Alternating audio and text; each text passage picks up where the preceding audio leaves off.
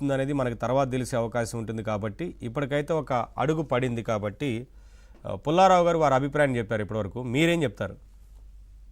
Very good afternoon to you as well as all the panel members and all the viewers. So ఏదైతే మనం ఈరోజు మాట్లాడుతున్నామో Krishna water గురించి జల్ శక్తి has formed a committee with 13 members. 4 members from Telangana, 4 members from Andhra Pradesh and 4 members from the center, which includes both the technical experts as well as scientific experts.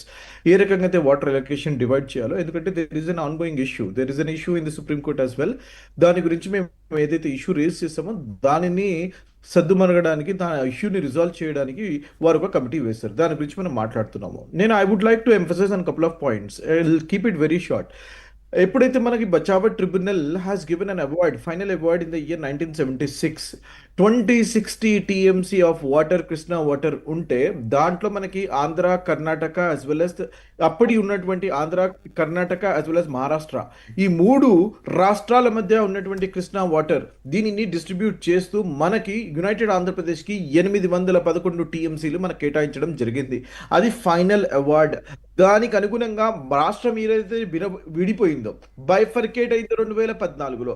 Bifurcate అయిన తర్వాత proportionate distribution జరగలేదు. మనకి AP state reorganisation act 2014 ఒక్కసారి మనం చూసుకుంటే మనకి తెలంగాణలో ఈరోజు కృష్ణా బేసిన్ అనేది 68% ఉంది. 68%కి మనకి ప్రపోర్షనేట్ వాటర్, ఎప్పుడైనా వాటర్ బాడీస్ ఉన్నప్పుడు ఇద్దరు రాష్ట్రాల మధ్యలో డిస్ట్రిబ్యూట్ చేసేది ఇంటర్నేషనల్ వాటర్ స్టాండర్డ్స్ ని వాళ్ళు ఫాలో అవుతుంటారు, వాటి యొక్క ప్రోటోకాల్స్ ని ఫాలో అవుతుంటారు. దాంట్లో తీసుకోవాల్సినటువంటి పారామీటర్స్, ఇక్కడ ఉన్నటువంటి కల్టివేటబుల్ ల్యాండ్, ఇక్కడ ఉన్నటువంటి డ్రాట్ ప్రోన్ రీజియన్, ఇక్కడ ఉన్నటువంటి బేసిన్, ఎంత బేసిన్ ఉంది, ఎంత పర్సంటేజ్ ఉంది, ఇక్కడ మనకి ఎంత వాటర్ కావాలి, ఇక్కడ డ్రింకింగ్ వాటర్ అవసరాలు ఏంటి అనే పారామీటర్స్ ని తీసుకొని వారు మనకి ఇస్తూ ఉంటారు. అది మనకి ఏపీ స్టేట్ రీఆర్గనైజేషన్ యాక్ట్ ద్వారా మనకి రావాల్సినటువంటి 50-50 షేర్లో అది కాకుండా 811 టీఎంసీలో 34:66, 34 ఫర్ తెలంగాణ, 66 ఫర్ ఆంధ్రప్రదేశ్ అని చెప్పేసి మిస్టర్ కల్వకుంట్ల చంద్రశేఖర్ రావు గారు 2014 నుంచి ప్రతి ఒక్కసారి టెంపరరీ అరేంజ్మెంట్ అని 2014లో, టెంపరరీ అరేంజ్మెంట్ అని 2015లో, టెంపరరీ అరేంజ్మెంట్ అని 2016లో, పర్మనెంట్ సొల్యూషన్ అని చెప్పేసి 2020లో సంతకం పెట్టి 299 టీఎంసీలకు గాను వీరు అంగీకారం తెలుపుతూ పోయి సంతకం పెట్టి కేంద్రంలో వీరు వచ్చారు. మనకి ఇక్కడ చూసుకుంటే 50-50గా మనం చూసుకుంటే 406 టీఎంసీ మనకు రావాలా. ఒకవేళ క్యాష్మెంట్ ఏరియా ప్రకారం మనం చూసుకుంటే మనకి 68% అంటే 555 టీఎంసీ ఫర్ తెలంగాణ రావాలా. కానీ ఆ యొక్క వాటర్లో తెలంగాణ వాటర్కి రావాల్సినటువంటి వాటర్ మాకు ఇవ్వకుండా మా వాటర్ని ఆంధ్ర వాళ్ళు తీసుకెళ్తున్నారు అని చెప్పి ఈ పెద్ద ఆయన గోలు పెట్టి ప్రెస్ మీట్ పెట్టి ఏదో నేను కొట్లాడి కృష్ణా వాటర్ని తీసుకొస్తా అని చెప్పేసి మిస్టర్ కల్వకుంట్ల చంద్రశేఖర్ రావు గారు అంటున్నారు. నేను ఒకటే విషయం వారిని నేను ప్రశ్న అడగదలుచుకుంటున్నాను. మీకు ఇదే సోయి ఉంటే 10 సంవత్సరాలు ముఖ్యమంత్రిగా మీరే ఉన్నారు, 10 సంవత్సరాలు కేంద్రంలో మీరు సఖ్యతగా ఉన్నారు, 10 సంవత్సరాలు ప్రతి ఒక్క బిల్లుకి మీరు సపోర్ట్ చేసినారు. ఆ రోజు ఎందుకు అడగలేదు? మీరు చిత్తూరులో చంద్రగిరి ఎమ్మెల్యేగా ఉన్నటువంటి రోజా గారి ఇంటికి అక్కడికి వెళ్ళి చేపల పులుసు తిని చాలా మీరు అక్కడ ఏం మాట్లాడారండి? భేషజాలు లేవు, బేషిన్లు లేవు, మేము అన్ని సద్దమణిగిపోయినాయి అని చెప్పేసి వారు మాట్లాడినారు. ఆన్ రికార్డు ఉంది.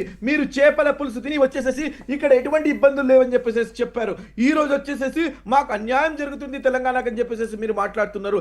మీ యొక్క మాటల్లోనే ఇంత వ్యత్యాసం ఉందని చెప్పి ఇదే కేంద్రంలో సుప్రీం కోర్టులో శ్రీ ఉత్తమ్ కుమార్ రెడ్డి గారు ఇక్కడ రిట్ పిటిషన్ ఫైల్ చేసినారు. ఫైల్ చేసేసి తెలంగాణకి రావాల్సిన వాటా రావాలని చెప్పేసి మా ప్రపోర్షనేట్ చేంజ్ ఏదైతే మేము స్టేట్ రీఆర్గనైజేషన్ యాక్ట్ లో మేము పెట్టినామో దానికి అనుగుణంగా వాటర్ బాడీస్ లో మాకు షేర్ రావాలని చెప్పేసి మేము కోట్లాడుతున్నాము.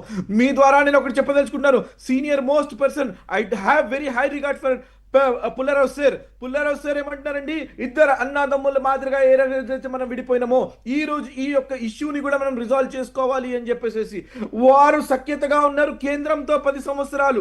వారు తలుచుకుంటే ఈజీగా అర్ధగంట, గంట, 2 గంటల్లో అయిపోయే విషయాన్ని వారు 10 సంవత్సరాలు చేయలేదు. ఈ రోజు మేము పోయి కోర్టుల దగ్గరికి పోవాల్సి వస్తున్నది. And please understand, as per Indian constitution there are 2 subjects. One is the state subject, అదే ఇస్ ద సెంటర్ సబ్జెక్ట్ అండి.